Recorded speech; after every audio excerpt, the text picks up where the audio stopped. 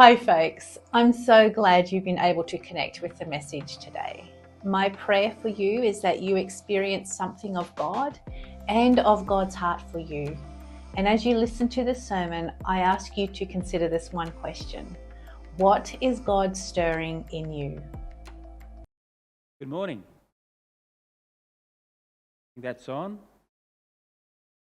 So it's great to be here with you. I was here last week. I think I can bring up the first slide of the message. Not that one. I'm not going to sing that to you. There we go. I'll control that from now on. What a tremendous celebration it was last week. 150 years of being present. Is there King Charles in the room? Have we got any royalty? What an incredible privilege to have someone that was in your Sunday school actually now preaching to the King this morning. Amazing. Who knows what you'll be doing? Someone from this congregation might be preaching to the next King. Who knows? So congratulations to you all. I'm sure some of you are very, very tired and worn down from all the effort that you put into it. So I was here last Sunday, and what a powerful service it was. And for those that were here, I'm sure you thought it was so powerful too. I really appreciated Karen's message, making sure that you're focusing on building a people of God, building community, and not just focusing on building programs. The text that she spoke about passionately was this passage from Corinthians. For we are God's fellow workers. You are God's field, God's building. By the grace God has given me, I laid a foundation as an expert builder, and someone else is building on it. So you just think of the many generations of this church that people are building from one generation to the next. But each one must be careful how he builds or she builds. For no one can lay a foundation other than one already laid, which is Jesus Christ. I actually used this text. I preached or shared devotions at our MC3 meeting, where we get to hand out money to different people in the life of the church. The synod gathering, and the moderator was there, and the assistant associate general secretary was there, and a number of other presbytery ministers. So I used this text that Karen preached on because it has spoken to me over the last week. She spoke on gold, silver and stone and wood and straw and hay, and to remind us what is important, that is to keep our focus on building disciples of Jesus Christ. Programs are essential, but their purpose is to build disciples, direct people to Jesus Christ. Now, you're probably wondering why this blue crate. Is anyone wondering? Well, a couple of months ago, I'm going to stand on this. A couple of months ago, I was invited to go to... let's make sure there's no fans up there.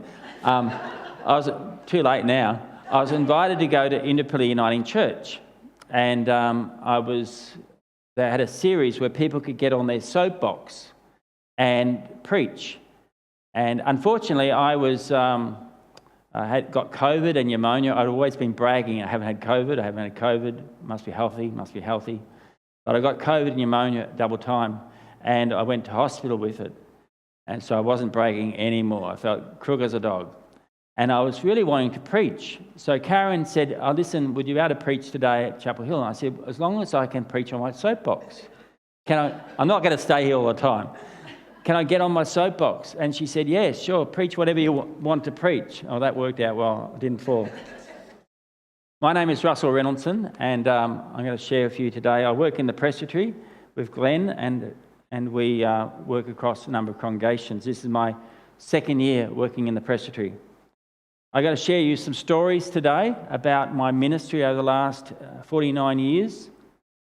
But I want to tell you one story in particular that has changed, that happened when I was in my first congregation, and her story has remained with me. So I hope it challenges you. Now, I love the Uniting Church. I have been committed to the Uniting Church. Well, I've been committed many times, but I've been particularly committed to the Uniting Church for the past 49 years. You do your maths. I became a Christian when I was 17. So yes, you've done your maths. I'll be 66 in a week and a bit. When I was 21, I entered Alcorn College. I'd worked in the Bank of New South Wales for 5 years, and I worked in Alcorn College for 3 years. Lay Methodist Training College, anyone remember it? It was at Kangaroo Point. And there I did what they call the YAY course, the Youth Education Assistant course. It taught young people to be youth workers. We don't have many youth workers in the church anymore. We call them pastors, but we were the mongrels of the church. We were always getting into trouble. Where's Holly?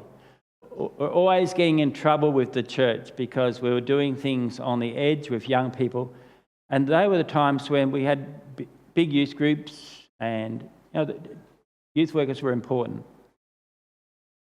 So I got trained through Alcorn College, and my next congregation, I started at Holland Park, and then I went to Coffs Harbour in my 3rd year as a student. I stayed on there as a youth worker. Now, I don't know whether in your life you've had some moments or some encounters with people that have changed your life. I wonder whether that be true for you. Certainly in my ministry, as I look back, there are significant people who have shaped my Christian life.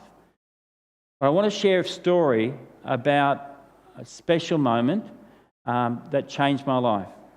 It occurred on a Sunday evening in a worship service at Coffs Harbour. I was preaching on the text that I chose today, Matthew 25, the final judgment. For those who remember Keith Green, he had a song on the final judgment. I was preaching on that text. I cannot recall what I preached on in my sermon. I can't remember on Tuesday what I preached on Sunday. But I can remember the Bible reading, and I can remember what happened in a conversation. Within the service, there was an opportunity to have ministry. So it was a Sunday night, we used to have an altar like this. People were allowed to come up and kneel and have special prayers. And a young man, I was 25, 26, so he seemed to be a bit older than me. He looked older than me. He came forward and he knelt down. He was tanned. His hair was knotted, like a surfy, like really knotted. His clothes unclean, and you smelled him before you actually saw him. You got the picture? And if I could bring that odour into this room, I would, because it just stood out. You could just smell it. You could smell it right throughout the church. But when he got to the altar, and I was meant to pray for him, the smell just, whew. And I said, "What can I do for you?" Which is what we did to everybody. "What can I do for you?" And he said these words, "Do you mean it?" They were 4 words. Do you mean it? I need to say to you, those 4 words have stuck with me through the last 40 plus years of ministry. Do you mean it? I've been preaching on this text, as I said, and the key statement in this text that stood out for me, that stands out for me, when you did it to the least of these, my brothers and sisters, you did it unto me. When we give someone a drink of water, to someone who's thirsty, we give it to Jesus. When we clothe someone who is naked, we are doing it unto Jesus. And the list goes on. It's a very practical list. We can all give water, food, clothes, visit people in prison. It's that simple. But back to my friend. He said, "Do you mean it? Are you fair dinkum? Are you fair dinkum?" I said yes, and we pray for whatever that ambulance is going to. Pray that everything be okay. I said, "Yes, I do believe what I preached. I'd be a hypocrite if I didn't." He said to me, "I am one of those least. I only have the clothes on my back." I nearly said, "Yeah, I know." It doesn't have any other clothes. I don't have food. My last meal was yesterday. And I don't have money. Now, he was getting the dole, but he would use it, as I found out, on other substances other than food and shelter and clothing. The basics in life he didn't have. I said to him, "Well, how about at the end of the service we have a talk? We catch up." So after service, I met with him in my office. So I got him some food and a coffee, and I thought he might be satisfied, and my job was done. All right? On the road. "See you later, mate. Thanks. Here's a prayer. God bless you on your way." He said he was looking for something more.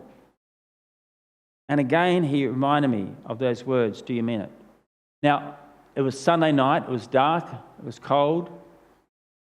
So I rang, who should you ring? I rang Salvation Army. So I rang the Salvos. They had a house in Coffs Harbour that had 8 beds in it that took people from the street. So I rang them and I said, are you got any room? And I felt like Mary and Joseph going through Bethlehem. No, the place is full. Because we had a lot of people coming through Coffs Harbour who needed help. St Vinny's, I rang them and they were full. They had a house with 4 beds. So with the words, do you mean it, still ringing in my ears, I was now being challenged by God. Well, do you mean what you preach, Russell? I was naked. Did you clothe me? I was hungry. Did you give me food? So I lived in Tormina. Does anyone know where Tormina is? Near Sawtell, not far from Coffs Harbour. I lived in a 2-bedroom flat on my own. I had my bedroom and I also had a room that I used as a study. I had a mattress, so sometimes my brother or sister would come and visit me, and so they'd be able to use that mattress. And I was thinking to myself, well, one night won't hurt. One night. It won't hurt, will it? So I said, well, how about you come to my place? And his words, are you sure? I don't think anyone's invited him to their place before. But he said, are you sure? He said these words as if he was apologising for the way he looked and the way he smelt. So I took him home, found him some clothes, put him in the shower, gave him some soap, gave him some directions on how to use the soap, gave him a scrubbing brush, shampoo. And I said, we'll talk after the shower. One night. That's not going to hurt. Well, the next day came and he stayed on. James, we'll call him, stayed with me for 3 months. And he would come to my Bible studies, he'd come to church each week. And during this time, I got to know him really well. I discovered that he was using drugs and he was bringing drugs into my house.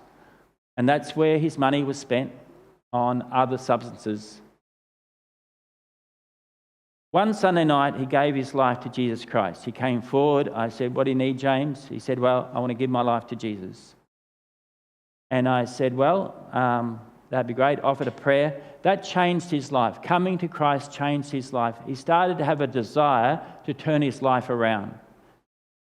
There was a place in outside of Coffs Harbour that the Baptists ran. It was called Bethany. It was a rehabilitation place. And over a period of time, I was talking to him about getting into the rehabilitation place. And when the space became available, he was taken into that place. And he spent 6 months there cleaning up and drying out.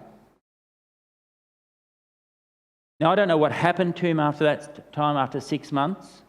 But I do know that the words he said to me on that Sunday night, do you mean it, still have stayed with me today. So I use this soapbox opportunity to ask you the question and to put you before you the challenge, do you mean what you believe? Do you mean it? And hopefully these words still ring in your ears today. Jesus makes it clear that a life worthy of the reward of heaven, of his kingdom, must involve actively helping people in need. Jesus explains that helping a person, whoever they are, is just the same as helping Jesus himself, and is therefore the duty of all Christians. We are all disciples of Jesus Christ. A disciple is anyone who chooses to imitate the person of Jesus, to follow Jesus' way. It's about doing as well as being. It's about we do what Jesus did and we teach what Jesus taught. If we speak a message of loving our neighbour, do we mean it? How does it show in our acceptance of those that are different to us? 1 John 3 says it this way, this is how we know what love is. Jesus Christ laid down his life for us, and we ought to lay down our lives for our brothers and sisters. If anyone has material possessions and sees a brother or sister in need, but has no pity on them, or has no compassion for them, how can the love of God be in that person? Dear children, he says,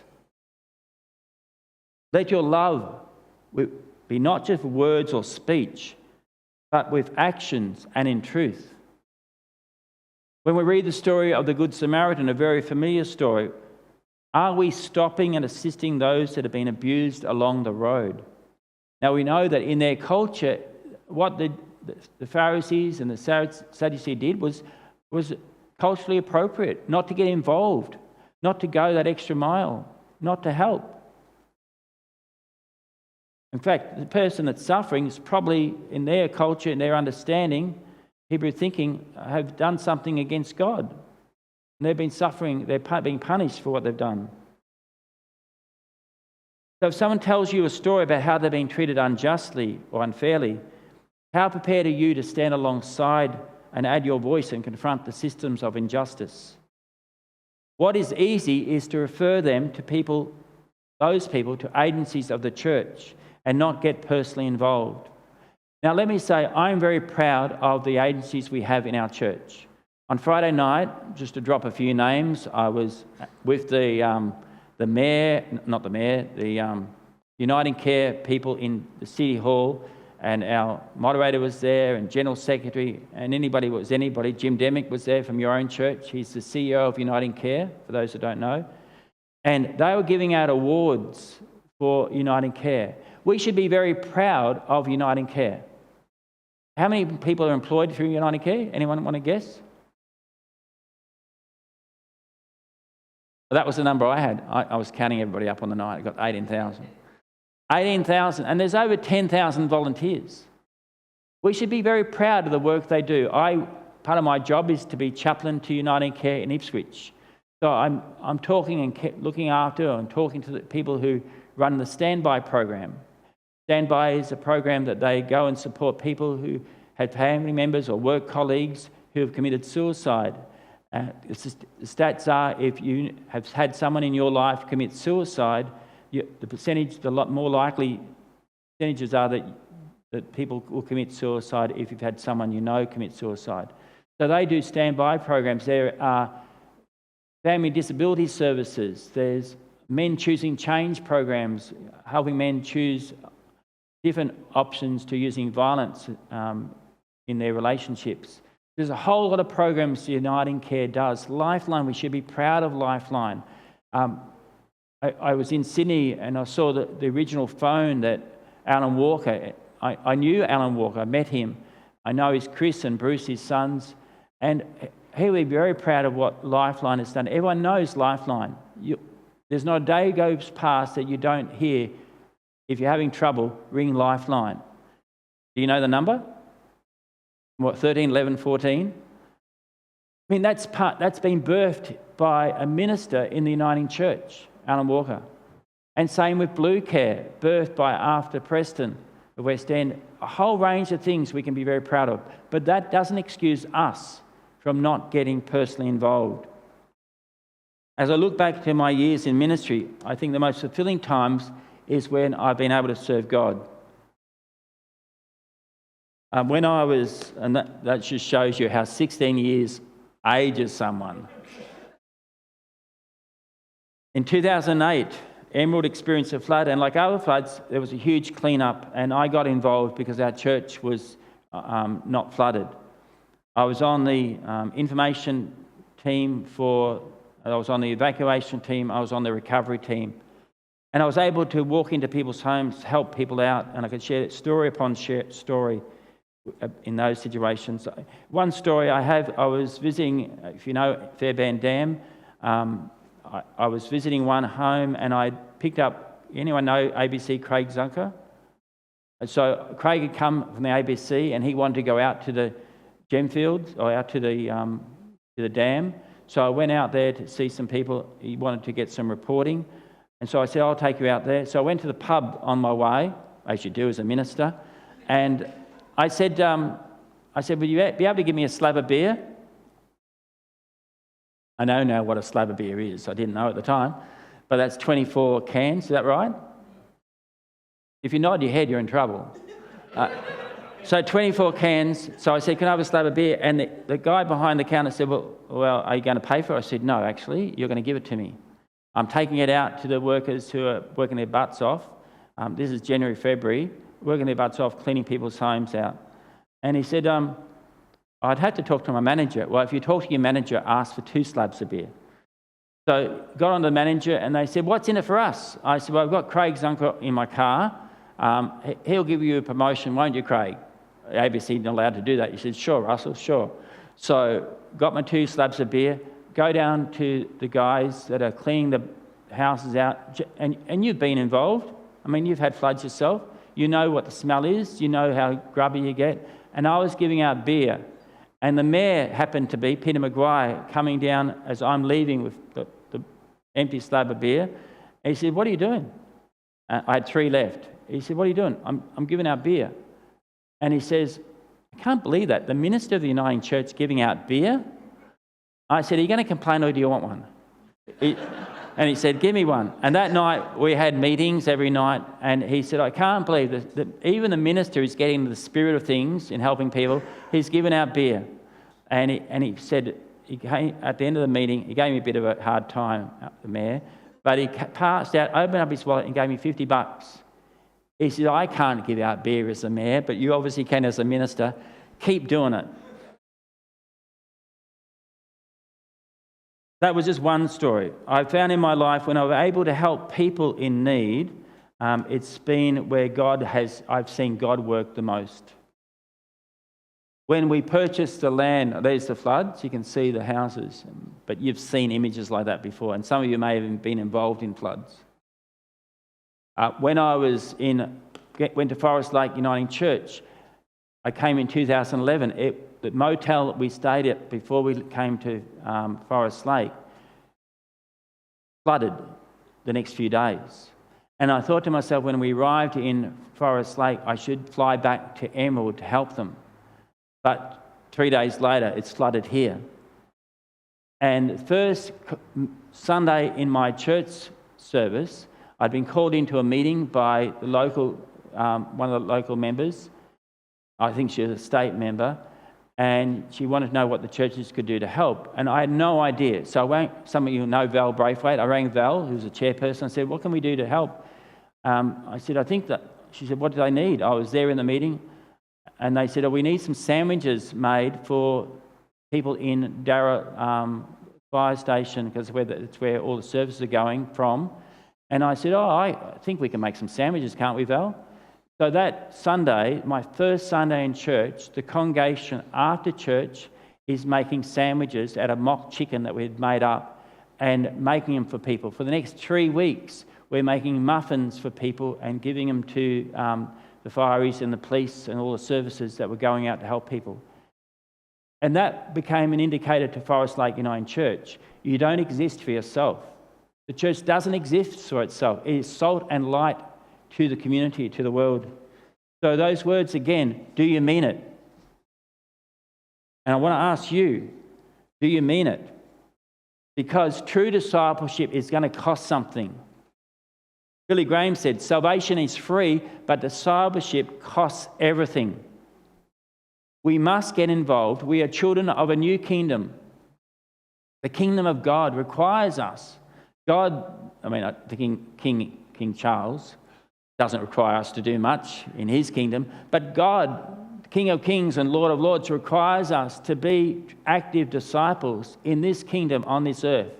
The Lord's Prayer, thy kingdom come on earth as it is in heaven, is required us to be involved. Throughout the Gospel of Matthew, Jesus' teaching has announced and illustrated the kingdom of God, not like a typical kingdom. This divine reign has invaded the world and is good news to the poor, especially to those who are on the fringe of society, like my friend James. We must get involved in this kingdom. We must make a difference in our world. Those who've experienced God's kingdom cannot go back to life that they once knew. Stanley writes this. I say Stanley because I can't pronounce his last name. The difference between followers of Jesus and those who don't know Jesus is that those who have seen Jesus no longer have any excuse to avoid the least of these. We do not have an excuse. The blessed ones are those who have seen a king who is not like the kings of this world. They are blessed because they know a king who brings real peace, who sees the needy and who hears the cry of the oppressed. In God's kingdom, no one should be hungry, naked, sick, or alone, because we all have a responsibility to make a difference in someone's life. To bear witness to Christ as King is to be a messenger of this kingdom, to serve others, and thereby profess the invasion of God's glorious empire upon this earth. When you did it to the least, Jesus is saying, you did it to me. So yes, I ask the question, do you mean it? Discipleship is not what happens on Sunday morning at church. Discipleship is what happens throughout the course of the week. It's whether we're prepared to invite someone in our home who may smell a bit. It's whether we're prepared to give food to the hungry. And I love how you're getting involved in Christmas, the Samaritan's Purse. I went to the Philippines in 2016 with a number of people from our church, and they sponsor now the Compassion program over there. And they give money each year. And I went there with a team, and we ministered through the Philippines in a place in Bohol, and particularly a town called Tagbilaran. And we went into the slums in people's homes, and people are living in shacks. And they're getting to those shacks by crossing over timber bridges, like just planks of wood. And I'm walking along these planks of wood, and they're shaking. And I'm walking over water that they not only bath in, but they do everything else in, if you know what I mean. And I'm seeing things float by that I'm not going to name here. And I'm just thinking, I'm walking on, and I've got a puppet, like my ventriloquist doll in one hand, and I've got kids running past me on this hand, and they're running past as though they're just running. And I'm walking like this on this shaky. If I fall in, I'm a goner. But I walked into this little village, and I saw kids that had nothing. Nothing. And when I pulled out the puppet, my ventriloquist doll, and put it on my hand, other kids started coming running in. And I was allowed just to tell them that God loves them for who... I'm starting to use it, aren't I? It's my naked puppet. But God loves them for who they are with a puppet. And they were just lapping it all up because all they have is what they've got. They've got nothing much. I saw a kid his playground was a piece of dirt. He had a stick and he was just drawing on the dirt. They know nothing much. Yet I saw other parts of the Philippines that had everything. And they didn't mix. The slums and the people that had everything didn't mix. But we shouldn't actually point the finger because we're so much like that in our own society. There are some parts of our world that people are sleeping homeless, not far from where we live. So when Jesus says, when you did it to the least of these, my brethren, you did unto me. That person sleeping on the bridge that is going homeless without food for the day represents Jesus Christ. And I'm sure if Jesus Christ was in the midst and we saw him walking down to our house and he was hungry and needed clothing, and we knew it was Jesus Christ, we'd say, come in, Jesus. Sit down and have a meal. Or if we saw King Charles, we'd probably want to welcome him and get the royal cutlery out and clean off we wouldn't give him plastic knives and forks, would we? Well, maybe we would because they might break who knows. But you know what I'm saying? We need to make a difference. And it's not the world's responsibility. It's not just the agent's responsibility. It's every person's responsibility. So do you mean it? Are you fair dinkum? If you're going to be a Christian, it will change your life. It has to change your life. And the reward, maybe not on this earth, it will cost, but the promise is the reward yet to come. Jesus says to us, if you really want to be my disciple, you must deny yourself, take up the cross and follow me. To deny, to disown. Maybe to put away a few of the pleasures that you would normally have.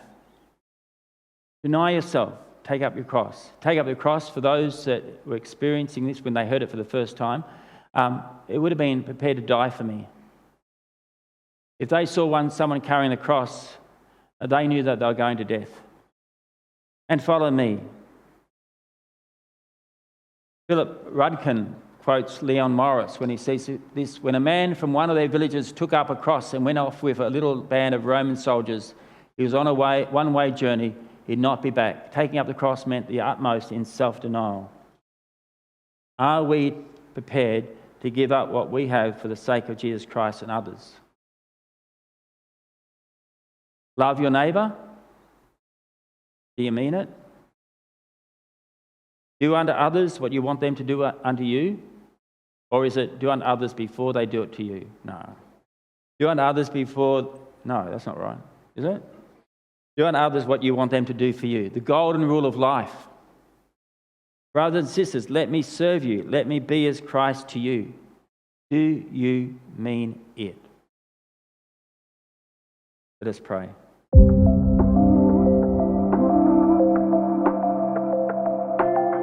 Hi everyone, I hope you enjoyed today's sermon and that it spoke to your heart. If you want to keep up to date on the sermon series, then hit the subscribe button and subscribe to our channel. We post videos every Sunday. Here at Chapel Hill, we have a lot of fantastic programs. We run a youth group, a faith life group, play group, and so much more.